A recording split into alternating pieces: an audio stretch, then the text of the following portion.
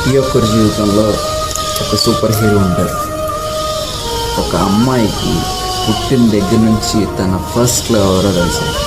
అలాగే ప్రతి అబ్బాయికి తన ఇన్స్పిరేషన్ అండ్ సూపర్ హీరో ఎవరో తెలుసా? నాన్న. తల్లి కని పెంచితే జన్మనిస్తే ఆ జన్మని మనల్ని సెట్ చేయడానికి, మన కోసం కష్టపడడానికి ఒక వ్యక్తి అంటూ ఉంటాడు సార్. బ్రదర్, నాన్న. నాన్న అనే పేరుకి అర్థం తెలుసా?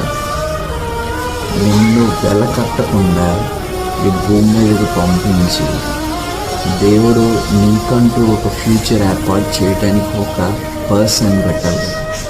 ఆ పర్సనే నాన్న.